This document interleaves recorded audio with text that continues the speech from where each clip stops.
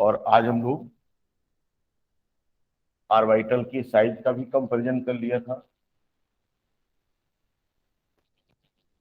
आज जो हम लोग पढ़ेंगे वो हमारा जनरल ऑर्गेनिक केमिस्ट्री में कुछ और चीजें जो अपने से पूछी जाती हैं उनकी हम बात करेंगे, ठीक है ना। जैसे आपसे पूछा जाता है कि एसिडिटी ऑफ कार्बन, या आप कह सकते हो हाइड्रोकार्बन,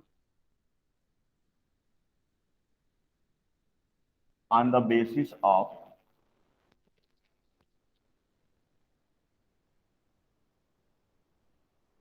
हाइब्रिडाइजेशन ऑफ कार्बन। इसके बेस पर हम लोग हाइड्रोकार्बन की एसिडिटी की बात करते हैं। तो समझो, इसलिए एसिडिटी का मतलब क्या होता है पहले आप ये समझो। आप यहां पर कह सकते हो कि एसिडिटी जो होता है वो आपका मेजर करता है किसको? Strength of acid. एसिड क्या होता है? आप कह सकते हैं एनी कंपाउंड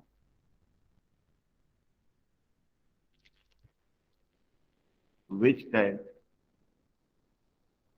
डोनेट और release at least one H plus. ध्यान समझिए, एसिडिटी कहीं कहीं पर भी आपको अगर पूछा जाए कि फला कंपाउंड है इसकी एसिडिटी क्या होगी, तो आप सोचेंगे क्या कि एसिडिटी का मतलब क्या जानना चाहता है। तो आप बताएंगे वो उस एक कंपाउंड का एसिड स्ट्रेंथ जानना चाहता है। अब एसिड स्ट्रेंथ, एसिड किसे कहते हैं?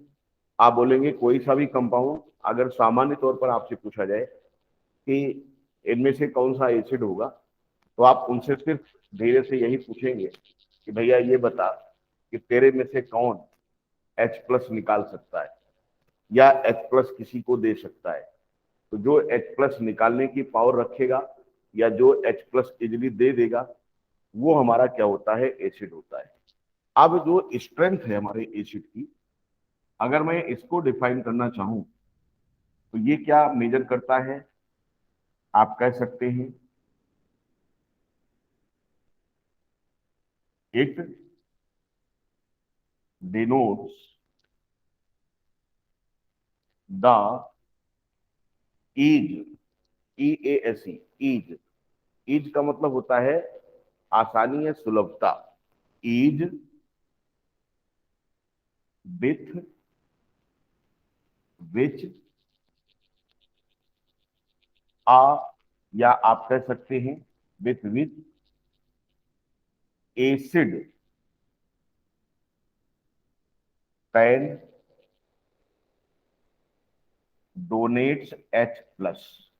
बस ये आपको ध्यान देना है कि अगर किसी भी एसिड के स्ट्रेंथ की तुम्हारे से बात की जाए तो आप सीधा सीधा बताएंगे क्या कि किसी भी एसिड की स्ट्रेंथ क्या होती है? तो आपने कहा इट डिनोट्स या it represents the ease with which acid can donates H plus. यानी ये बताता है कि कोई सा भी एसिड कितनी आसानी से एच प्लस दे सकता है। क्लियर? वही आपके एसिड के स्ट्रेंथ को डिफाइन करेगा।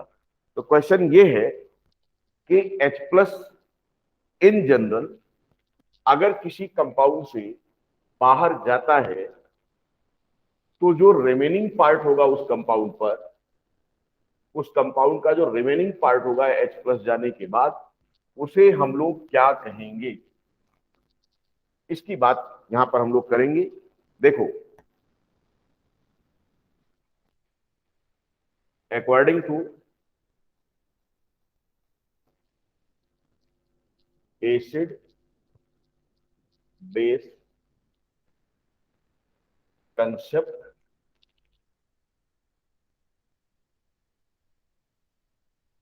any acid can exist in solution as there या as या आप कह सकते हो can exist in solution in the form of their conjugate acid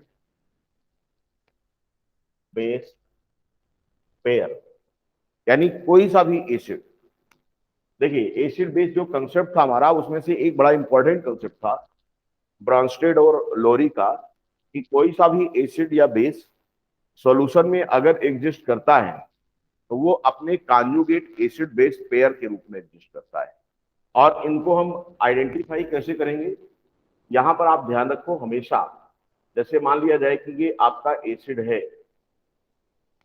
और ये सपोज करो अपना बेस हो गया।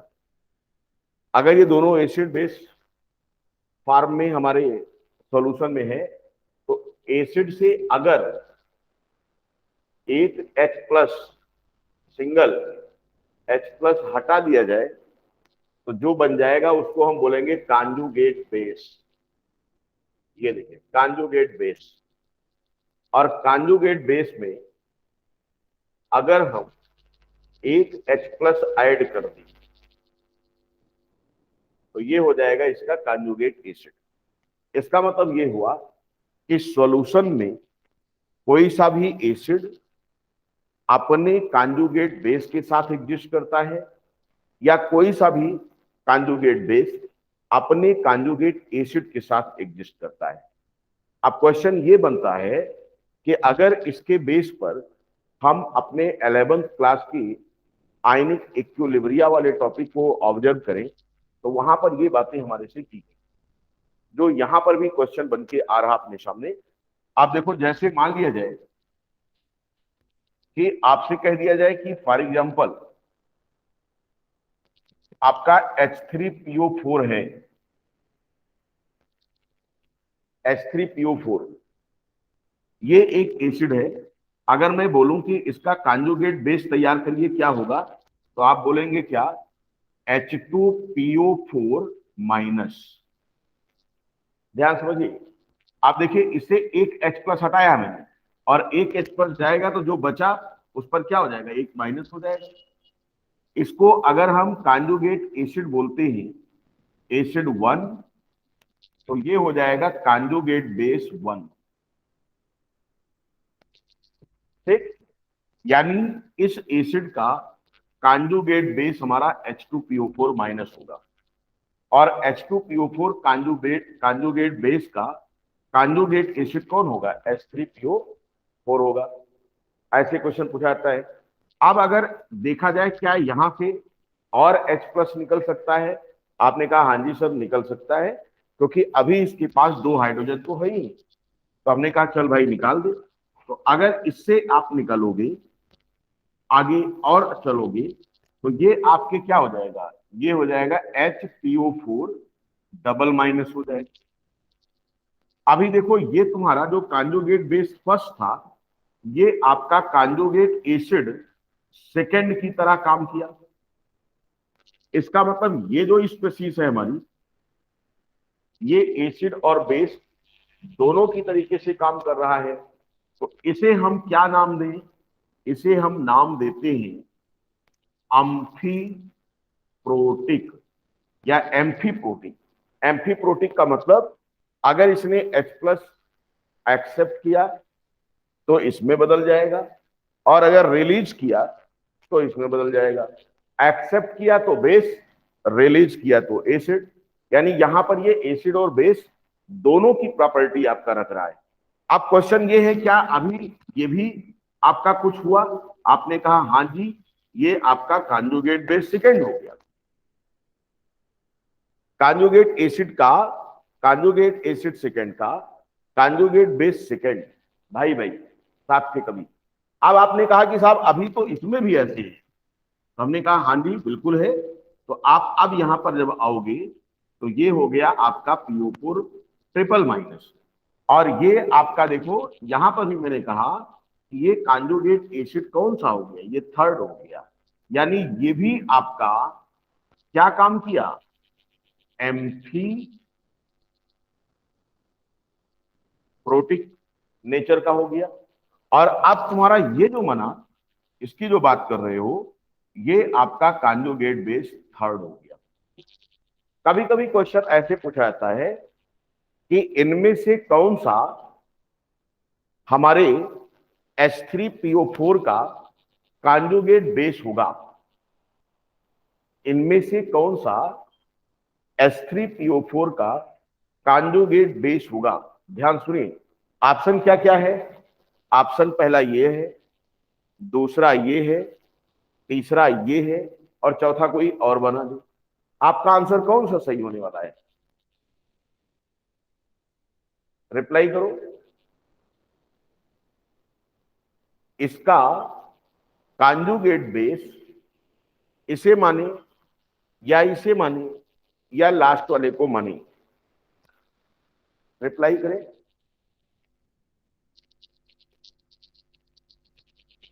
फिर से शुरू।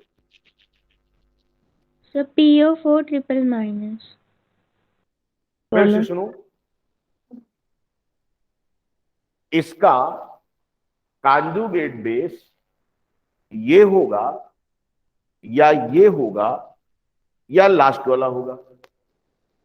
Sir PO4 3 minus. PO4 triple minus. अभी देखो आप कहां कंफ्यूज हो रहे हैं। मैंने ये बोला कि आपको ध्यान रखना है, क्या ध्यान रखना है बोलो, कि एसिड और बेस में अगर उनको कॉन्जुगेट एसिड बेस पेयर बनाना चाहते हो तो वो दोनों एक दूसरे के से केवल और केवल सिंगल हाइड्रोजन में डिफरेंस रखें। यहां 3 H है, यहां पर एक भी नहीं है, जबकि कॉन्जुगेट एसिड बेस पेयर क्या होता है, केवल और केवल एक हाइड्रोजन का डिफरेंस हो, 1H+ का। तो क्या इसमें और इसमें तुम्हें एक ही H+ का डिफरेंस नजर आ रहा है, कितने H+ का डिफरेंस नजर आ रहा है, अब बोलो कृतिका सिंह।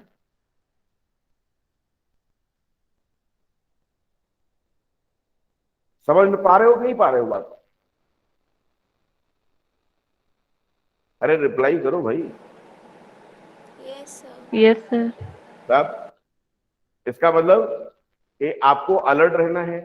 आप अपने इसी पर इसीलिए इसको बना दिया कि आप ध्यान से समझो। कोई भी कॉन्जुगेट एसिड है, उसका कॉन्जुगेट बेस जब पाओगे तो उस कॉन्जुगेट एसिड से केवल एक H+ हटा दो बस। तो इससे एक H+ हटाने पर इसका कॉन्जुगेट बेस जो मिलेगा वो आपका PO4 ट्रिपल माइनस होगा, वो आपका ये होगा। PO4 ट्रिपल माइनस किसका कॉन्जुगेट बेस बनेगा, इसका बनेगा, इसका भी नहीं बन सकता ये। आप बात समझ पा रहे हैं नहीं समझ पा रहे हैं आप। Yes sir. हाँ, तो गलती ना करिए इस तरह की, अदरवाइज क्या हो जाएगा, फिर क्वेश्चन आपके गलत हो जाएंगे। कंसेप्ट बिल्कुल क्लियर समझिए जो बताया जा रहा है। आप देखो, एक तो आपने कॉन्जुगेट एसिड बेस पेयर आपने बना करके देख लिया कि एसिड को और कैसे एक्सप्लेन करेंगे हम लोग।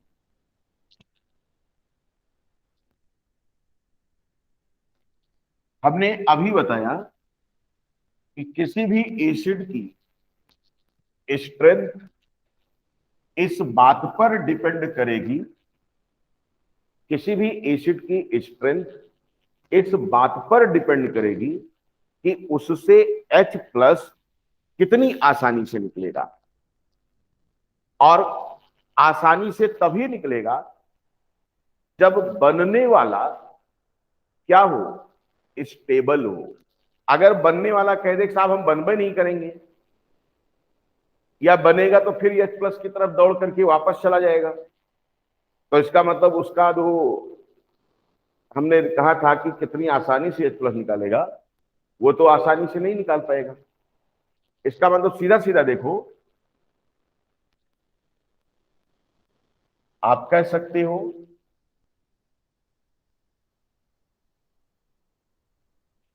एजी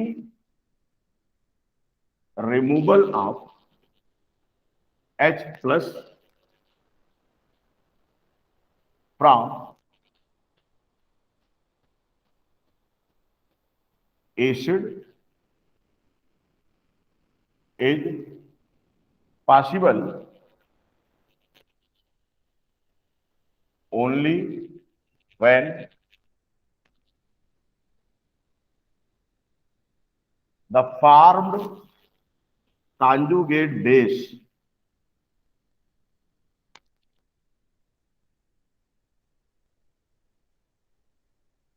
is stable। ये देखो, अगर कॉन्जुगेट बेस स्टेबल होगा तभी आपके उस एसिड से H+ निकलना आसान होगा। जैसे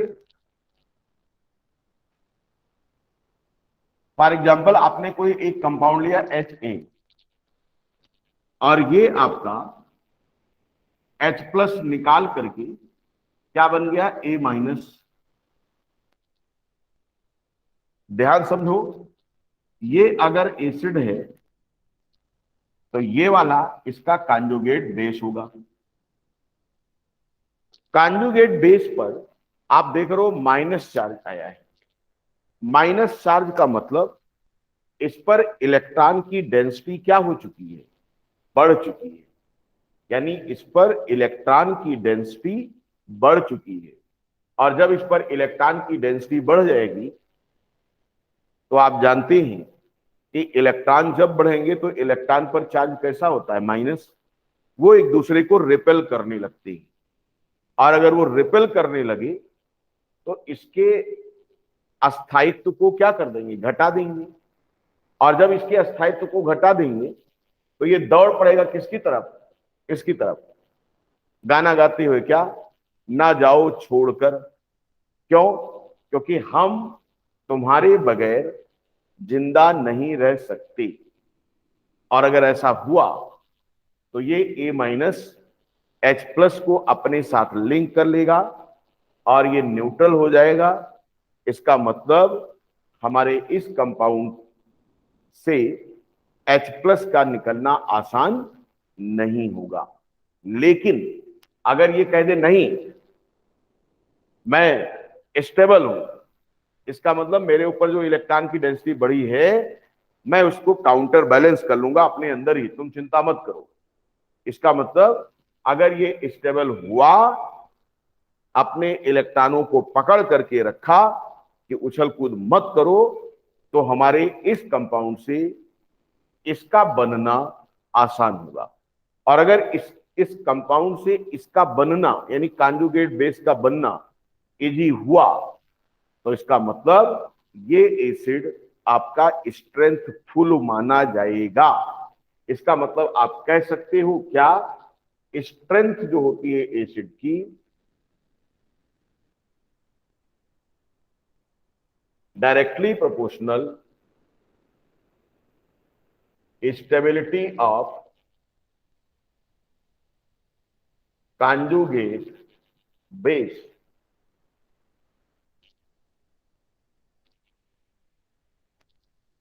यानी हमारे कॉन्जुगेट बेस की स्टेबिलिटी जितनी बढ़िया होगी, हमारे एसिड की स्ट्रेंथ उतनी ज्यादा होगी। यानी कहने का मतलब ये आपका फर्दर अगर बन गया तो बना रहे, कोई टेंशन नहीं। ये ना हो कि दौड़ से इससे रिएक्शन कर जाए फिर से और कहे साहब नहीं मुझे तो बैक चल जाए, जहां थे हम वहीं थे, अच्छे थे, दोनों साथ नहीं छोड़ेंगे 7 जन्मों तक हाथ पकड़े रहे। ऐसा नहीं। इसने कहा ठीक है भाई कोई दिक्कत नहीं, जा जी ले अपनी जिंदगी। यानी ये क्या कहता है, जा सिमरन जा, जी ले अपनी जिंदगी है। तो ऐसे में क्या है, इसका मतलब ये स्टेबल है, इसको कोई टेंशन ही नहीं। तो इसने कहा तुम जा सकते हो, मेरे पर जो माइनस आया है मैं इसको बियर कर ले जाऊंगा, कोई टेंशन नहीं। मेरा दिल क्या है, बड़ा है, इसमें कितने भी इलेक्ट्रॉन समा जाए, सारे इलेक्ट्रॉन मोस्ट करेंगे। तो वही चीज है, जैसे पहले राजा महाराजा लोग होते थे, उनके एक रानियां नहीं हुआ करती थी, क्या होती थी, सैकड़ों, और सब मस्त रहती थी, खुश रहती थी। क्यों? क्योंकि राजा का दिल बड़ा था और रानियों में कभी टकराहट होती नहीं थी। और यहाँ हम क्या है, 1:1 का रिलेशन। अगर हमारी वाली है घर वाली और मैं कहीं से बाहर वाली ले आऊं, तो दूसरे दिन से क्या हो जाएगा, हमारा खाना पीना क्या हो जाएगा, बैन हो जाएगा। क्यों? क्योंकि हमारा दिल छोटा है, इस दिल में क्या रह सकता है, कोई एक ही रह सकता है। क्लियर? तो वही चीज ये कह रहा है कि अगर ए ने अपने पर इलेक्ट्रॉनों को अडाप्ट करने की पावर दिखाई, कि साहब कोई टेंशन नहीं, परेशान मत हो, तो ये H+ खुला घूम सकता है। और ऐसे में हमारे इस एसिड की स्ट्रेंथ क्या मानी जाएगी, ज्यादा मानी जाएगी, क्योंकि ये स्टेबल है, इसको कोई टेंशन है ही नहीं। तो हमेशा ध्यान रखिएगा कि ऐसा एसिड जिसका कॉन्जुगेट बेस स्टेबल होगा, वो आपका क्या होता है, स्ट्रेंथफुल एसिड माना जाता है। बात समझ में आई भाई? क्यों भाई, सौम्या, निशा एंड सुवान, समझ पा रहे हो? Yes sir. चलिए, अब देखो यहां पर हम बात करते हैं कि हाइड्रोजन किस तरह के बॉन्ड में लगा हो जहां से वो H+ के रूप में निकल पाए। देखो,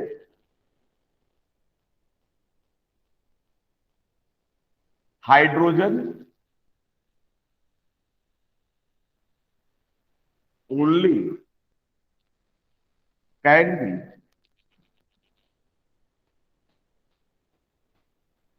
removed as H+ from that bond which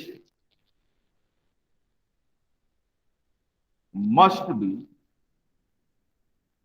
polar। यानी ये कह रहा है कि hydrogen only can be removed as H+ from that bond. यानी किस बॉन्ड से हाइड्रोजन आपका H+ के रूप में रिमूव्ड होगा, तो इसने कहा विच मस्ट बी पोलर, यानी उसको पोलर होना चाहिए। पोलर का मतलब क्या होता है, यानी जो बॉन्ड है वो ऐसे एटम से बना हो, हाइड्रोजन और उस एटम के बीच, जिसमें इलेक्ट्रोनेगेटिविटी का डिफरेंस बढ़िया हो। ध्यान समझिएगा, यानी आप कह सकते हो कि जो पोलैरिटी होती है, polarity of bond depends upon delta जाई। ये देखिए, डेल्टा जाई क्या होता है, आप बताएंगे?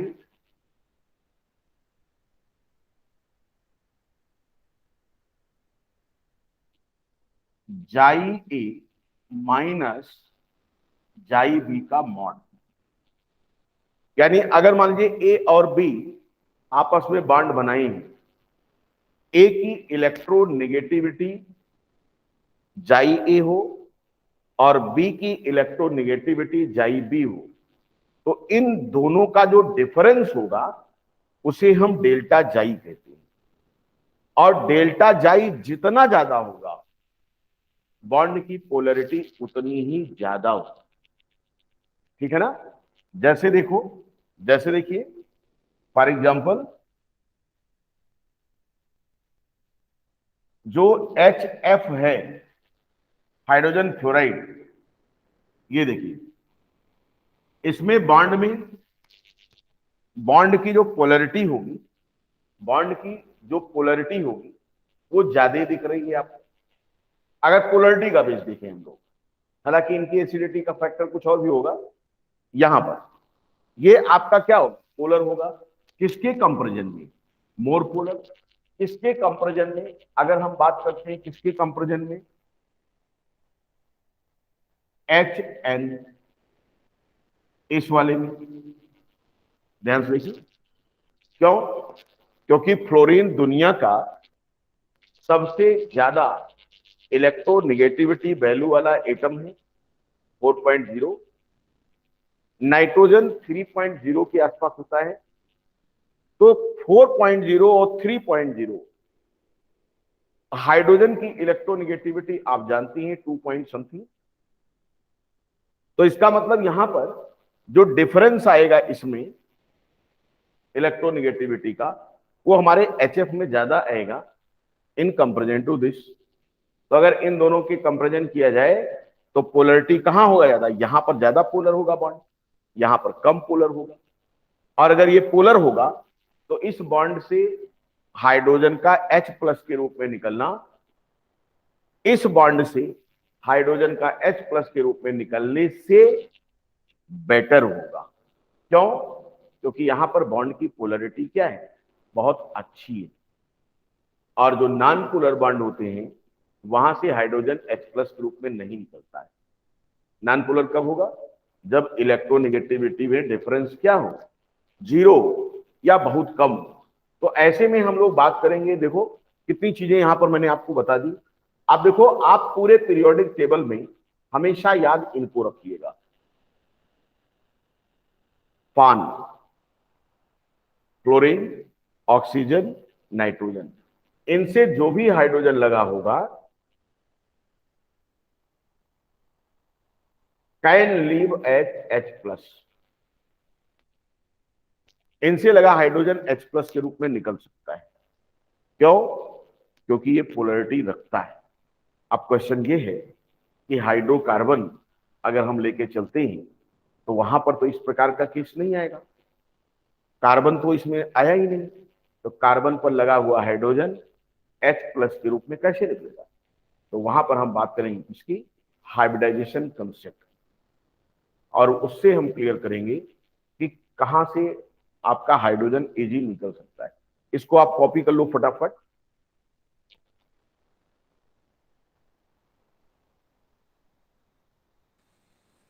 सर एग्जाम्पल एक बार फिर से बता दीजिए। कौन सा? ये वाला? Yes sir. फिर से देखो, आपको मैंने इसको इसलिए दिखाया है क्योंकि हमने ये कहा था कि हाइड्रोजन एटम H प्लस के रूप में ऐसे बॉन्ड से बाहर निकल सकता है जिस बॉन्ड की पोलरिटी अच्छी हो, यानी वो बॉन्ड पोलर हो, ध्रुवीय हो। और मैंने ये बोला कि बॉन्ड की जो पोलरिटी होती है इस बात पर डिपेंड करती है कि उस बॉन्ड में जो डेल्टा जाई की वैल्यू है, बड़ा एक्स जो बनाया हमने, इसकी वैल्यू क्या है। डेल्टा जाई उस बॉन्ड को बनाने वाले दोनों एटम के इलेक्ट्रोनेगेटिविटी के डिफरेंस का मॉड होता है। मॉड समझते हो, हमेशा पॉजिटिव वैल्यू। अब ये जितना ज्यादा होगा वो बॉन्ड उतना ही ज्यादा पोलर होगा। यही मैंने आपको एक्सप्लेन किया है। और उसे एक्सप्लेन करने के लिए हमने ये एग्जांपल लिया HF का और NH3 का। हमने इसमें कहा कि HF में हाइड्रोजन बॉन्डेड है फ्लोरीन से, NH3 में हाइड्रोजन बॉन्डेड है किससे, नाइट्रोजन से।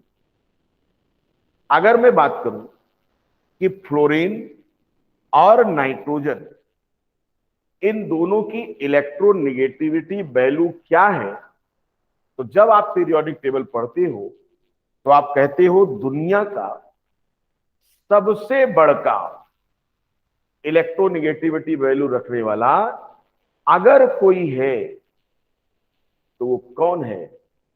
ये कहेगा अरे दीवानो मुझे पहचानो मैं हूं कौन। इसने कहा मैं हूं डॉन। डॉन मीन्स मेरी इलेक्ट्रोनेगेटिविटी वैल्यू सबसे ज्यादा है। 4.0, इससे ऊपर कुछ नहीं। इसका लगभग 3.0, तो 1 यूनिट ज्यादा है। इसकी अगर इलेक्ट्रोनेगेटिविटी ज्यादा है तो इसका जो डिफरेंस होगा, यानी यहां पर अगर डिफरेंस हम देखें तो जाई एच या जाई एफ माइनस जाई एच, इसका जो मॉड होगा वो हमेशा ज्यादा होगा किससे? जाई एन माइनस जाई एच। इसका मतलब इस बॉन्ड में पोलैरिटी ज्यादा आएगी, और अगर इसमें पोलैरिटी ज्यादा आएगी तो इस बॉन्ड से H प्लस का निकलना क्या होगा? आसान होगा। यानी क्योंकि हमने आपको बताया कि एसिड की स्ट्रेंथ किस बात पर डिपेंड कर रही है? इस बात पर कि उस कंपाउंड से H प्लस कितना आसानी से निकल सकता है। तो मैंने कहा H प्लस आसानी से तभी निकलेगा जब बनने वाला कॉन्जुगेट बेस स्टेबल हो। दूसरा, H प्लस आसानी से तभी निकलेगा जब बॉन्ड की पोलैरिटी अच्छी हो। बॉन्ड की पोलैरिटी अच्छी कब होगी? जब डेल्टा जाई की वैल्यू ज्यादा होगी। डेल्टा जाई की वैल्यू ज्यादा कब होगी? जब इनके इलेक्ट्रोनेगेटिविटी की वैल्यू ज्यादा हो। यही चीज मैंने यहां बताया है। अब बताओ भाई सौम्या। ये सब क्लियर है। हाँ, देखिए ये सारी चीजें बेटा ना आपको 11th वगैरह में भी पढ़ना चाहिए था। 11th में चीजें हैं, हालांकि मैं फिर से पढ़ाऊंगा आयनिक इक्विलिब्रिया वाले टॉपिक में जब चलूंगा तो वहां पर इन सारी चीजों को डिस्कस करूंगा। बट आई होप कि आपके टीचर ने इस लेवल पर जाकर के काम अगर नहीं किया होगा तो वो थोड़ी सी दिक्कतें आती हैं। इस तरह के कॉन्सेप्ट क्या आपने इसके पहले पढ़ा था? क्यों भाई? No sir. Nisha? No sir, ये सब नहीं पढ़ा था। हाँ, जबकि ये सब 11th की चीजें हैं। बस दिक्कत जानते हो क्या होता है ना कि 11th स्टैंडर्ड पर आपको कंपटीशन लेवल पढ़ाया नहीं जाता है। आपका जो गड़बड़ होता है कि फाउंडेशन वगैरह में जब आप होते हैं तो वहां पर टीचर पढ़ाता है, लेकिन अगर फाउंडेशन में नहीं है तो फिर समस्याएं तो आएंगी ही। और अगर आप वहां पढ़े होते तो यहाँ और मजा आता है। ठीक है, इसीलिए 11th क्लास से ही बच्चा कंपटीशन की तैयारी शुरू कर देता है। और जो जिनको जानकारी नहीं होती वो आपके 12th के बाद से तैयारी करते हैं। तो जब 12th के बाद से तैयारी करते हैं तो उनको ज्यादा मेहनत करने की जरूरत पड़ती है। इसीलिए 12th वालों को 6 दिन कराया जाता है, 12th पास वालों को या 12th वालों को, क्योंकि उनको सब करना होता है। बात मेरी समझ में आ रही है? हर्षवर्धन सिंह, आप मेरी आवाज सुन पा रहे हो सही से?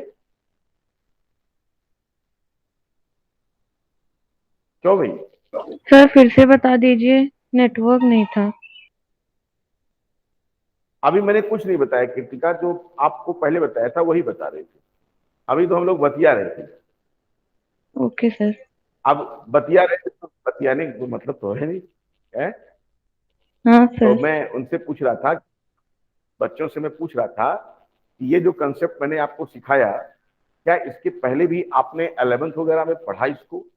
और अगर नहीं पढ़ा तो इसका मतलब है कि आपने, आपके टीचर ने ये कंसेप्ट आपसे चोरी कर लिया, नहीं बताया। हो सकता है समय न मिला हो टीचर को, या आपने जानने की कोशिश न किया हो। अब आइए हम लोग बात करते हैं, सीधा सा मुद्दे पर आते हैं, क्योंकि इतनी कहानी तो हमने आपको बता डाली पूरी। इनऑर्गेनिक केमिस्ट्री के उस टॉपिक को भी यहां पर मैंने क्या कर दिया, टच कर दिया, क्योंकि जनरल ऑर्गेनिक केमिस्ट्री है तो इसमें सब टच हो जाएंगे।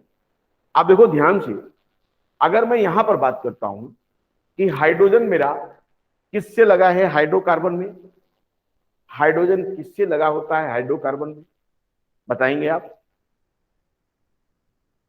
किससे ज्यादा लगता है? अरे भाई हाइड्रोकार्बन, यानी ये क्या कहता है, कार्बन से लगा होता है मोस्टली। और अगर कार्बन से लगा है मोस्टली तो कार्बन की इलेक्ट्रोनेगेटिविटी अगर इतनी नहीं है, कि वो अपने पर माइनस चार्ज को बियर कर सके, तो हाइड्रोजन H प्लस के रूप में नहीं जा सकता। यानी कार्बन से लगा हुआ हाइड्रोजन आसानी से H प्लस के रूप में नहीं निकलेगा।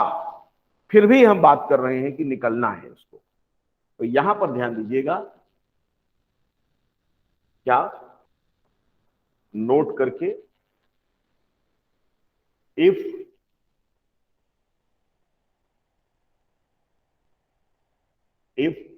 we observe the hydrocarbon, we get the linkage of hydrogen to carbon in general, यानी सामान्य तौर पर, यानी हाइड्रोजन जो होता है वो अपना कार्बन से लिंक होता है ऐसी। अब अगर हम बात करें क्या कि क्या ये बॉन्ड पोलर माना जाए, तो आप कह सकते हैं क्या कि polarity of this bond is very less. That means hydrogen from this bond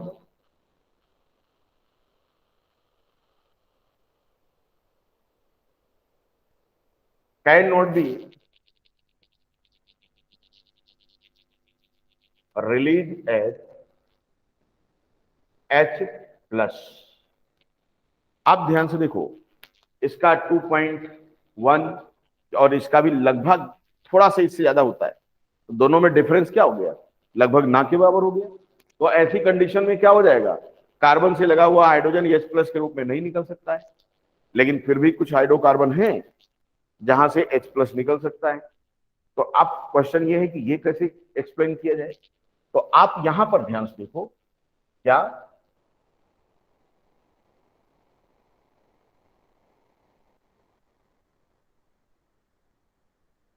if we compare the electronegativity of carbon atom in compound on the basis of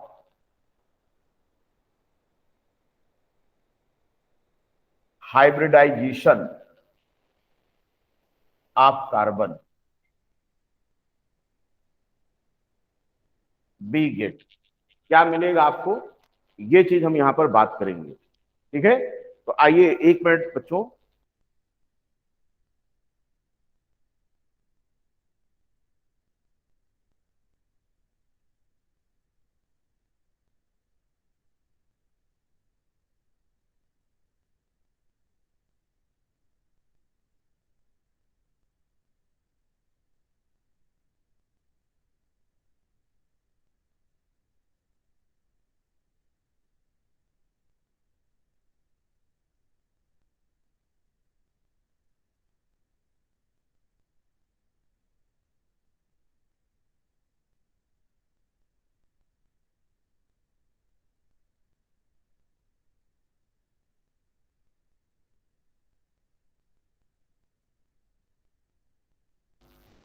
हाँ बच्चों, तो ये एक अपने लिए इंपॉर्टेंट पैरामीटर है कंपैरिजन का।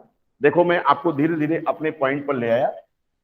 वो क्या, यहां से ध्यान से देखो कि जो इलेक्ट्रोनेगेटिविटी की वैल्यू होती है ना, electronegativity,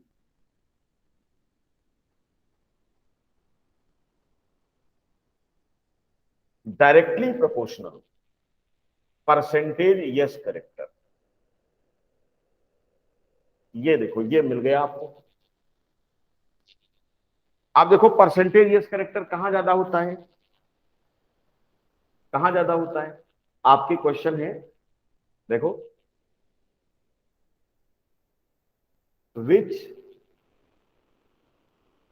will be more electronegative in nature. पहला है sp3c, यानी ऐसा कार्बन जिसका हाइब्रिडेशन sp3 है। दूसरा sp2c, तीसरा spc, और डी है ऑल। क्या आंसर होना चाहिए? क्यों बच्चों, इनमें से कौन सा आंसर होना चाहिए?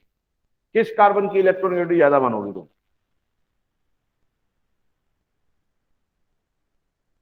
बोलो, तुम्हारे सामने लिखा है directly proportional to percentage S character. बताओ, इस कार्बन में परसेंटेज यस ज्यादा है, कल अभी निकलवाया हूं, या इसमें ज्यादा है, या इसमें ज्यादा है? Sir Safi SPC। हाँ जी, सर SPC। हाँ एसपीसी। क्यों? क्योंकि यहां 50% करेक्टर है, 50% यस है। इसमें 33.3% यस था, और इसमें 25% यस था। इसका मतलब ऐसा कार्बन गिवन ऑर्गेनिक कंपाउंड में जिसका हाइब्रिडाइजेशन sp होगा, उसमें परसेंटेज यस करेक्टर ज्यादा होगा। और जब परसेंटेज यस करेक्टर ज्यादा होगा तो उसकी इलेक्ट्रोनेगेटिविटी ज्यादा होगी, और जब इलेक्ट्रोनेगेटिव नेचर उसका ज्यादा होगा तो उस बॉन्ड से उससे जुड़ा हुआ हाइड्रोजन क्या हो सकता है? आसानी से निकल सकता है। बात बन गई।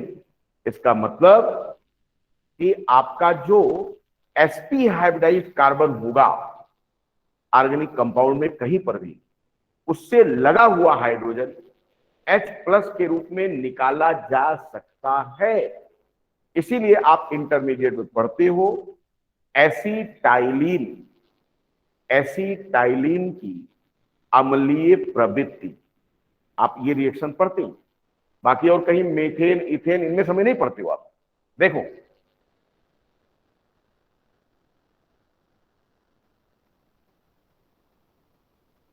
देखिए, अगर मैं कह दूं कि ये आप 4 एग्जाम्पल ऑब्जर्व करो। ये तुम्हारा CH4 है, इस पर मैंने बोला Na लाओ सोडियम मेटल, और मैंने ये बना दिया Na प्लस माइनस, और प्लस आपका जो है यहां पर हाइड्रोजन गैस निकाल दिया, हाफ मोल H2, यानी हाइड्रोजन जो निकला वो हाइड्रोजन गैस के रूप में निकल गया। दूसरा मैंने बनाया CH2 double bond CH2 plus Na, और मैंने ये कहा कि यहां से भी हटाया CH2 double bond CH, Na plus minus, और plus half mole H2 gas. और तीसरा मैंने कहा, ये मान लो क्वेश्चन है आपका, तीसरा मैंने कहा कि CH triple bond CH plus N, गरम किए, गरम सब में कर रहे हैं, और ये तुम्हारा हो गया CH triple bond C, Na plus minus, और हाफ मोल H2। आपसे पूछा गया है कि विच विल बी पॉसिबल, कौन सा इसमें से पॉसिबल होगा? यहां से हाइड्रोजन H प्लस के रूप में H2 बना सकता है, या यहां से लगा हुआ, या यहां से लगा हुआ? बोलो, क्या होना चाहिए? कौन सा आंसर सही करोगे इसमें? सोचिए बढ़िया से। आपके सामने लिखा है कि ऐसा कार्बन जिसमें परसेंटेज यस ज्यादा होगा उसी से हाइड्रोजन का निकलना संभव हो सकता है।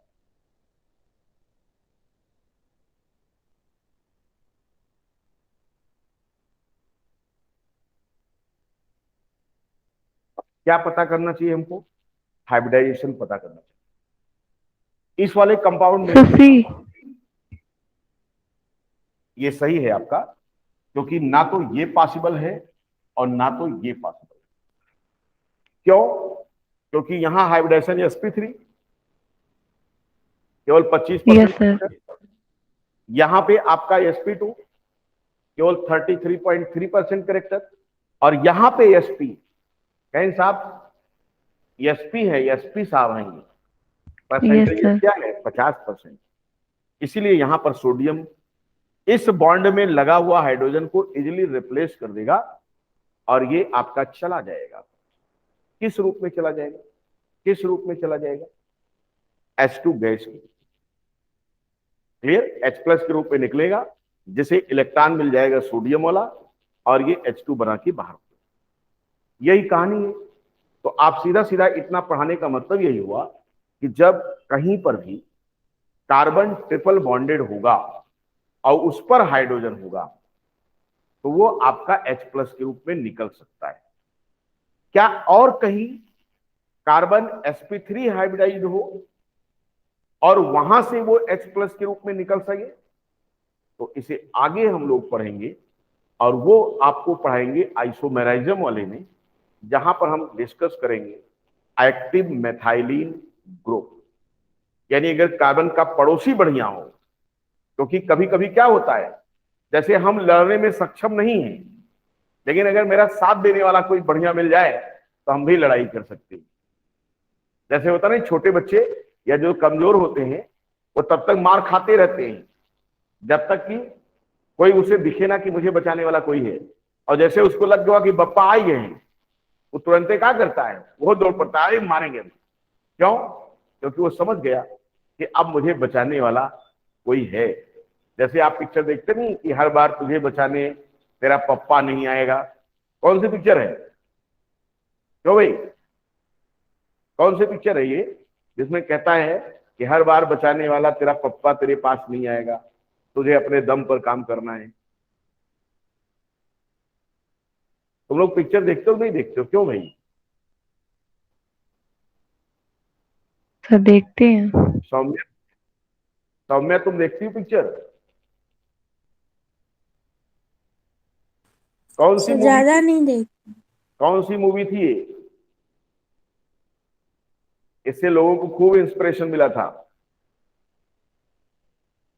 कि जिस काम को करना है, अगर उसके लिए हार्ड वर्क, डेडिकेशन और पूरी ईमानदारी के साथ अगर काम किया जाए तो उस काम में सफलता 100% नहीं, 150% संभव है। 150% सफलता मिलती है। जैसे हम लोग क्या कहते हैं कि हम लोग नीट की तैयारी कर रहे हैं या जेई मेन की तैयारी कर रहे हैं, और हम कहते हैं कि मेरा तो यार होता नहीं है। क्यों नहीं होता है? क्योंकि हर असफलता सिद्ध करती है क्या? कि सफलता का प्रयास पूरे मन से नहीं किया गया। अगर आप पूरे मन से करेंगे तो सफलता आपके साथ होगी, अदरवाइज क्या होगी? सफलता तो सफलता है। आप पिक्चर देख लीजिए, कौन सी मूवी देखिए, भाग मिल्खा भाग, मिल्खा सिंह, भाग मिल्खा भाग। जिंदगी भर भागता है और दौड़ में कोई ऐसा खिताब नहीं था जो उनको दिया न गया हो। इसका मतलब यह है कि एवरीथिंग इज पॉसिबल। आप डॉक्टर बनना चाहते हो, बन सकते हो। जरूरी क्या है? पूरी लगन, हार्ड वर्क से इसके पीछे आप पड़ जाएं। अगर आप में जरा सा भी कमी नहीं है मेहनत करने में, तो आपको एक सीट एमबीबीएस की 2022 एग्जाम में डन है, मिलेगी। लेकिन क्या है कि 6:45 की अगर क्लास है तो भाई लोग सो के नहीं उठ पाए, भाई लोग क्लास नहीं कर पाए, रिकॉर्डिंग से देख लेंगे, तो बातें उतनी अच्छी नहीं आएगी। क्योंकि आप जानते हो कि जो ब्रांच शुरू किया गया है, इस ब्रांच की जो परतें हैं वो काफी टफ है, और मैं 1 बाई 1 स्टेप बाई स्टेप इसको रिमूव करके तुम्हारे सामने रख रहा हूं कि तुम कहीं पर भी मत फंसो।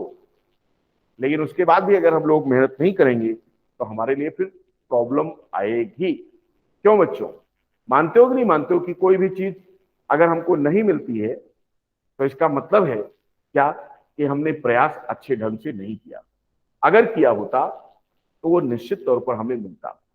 ठीक है, और इसीलिए कहा जाता है क्या, एक बार जब आपने टारगेट फिक्स कर लिया तो बार बार टारगेट बदलना नहीं चाहिए।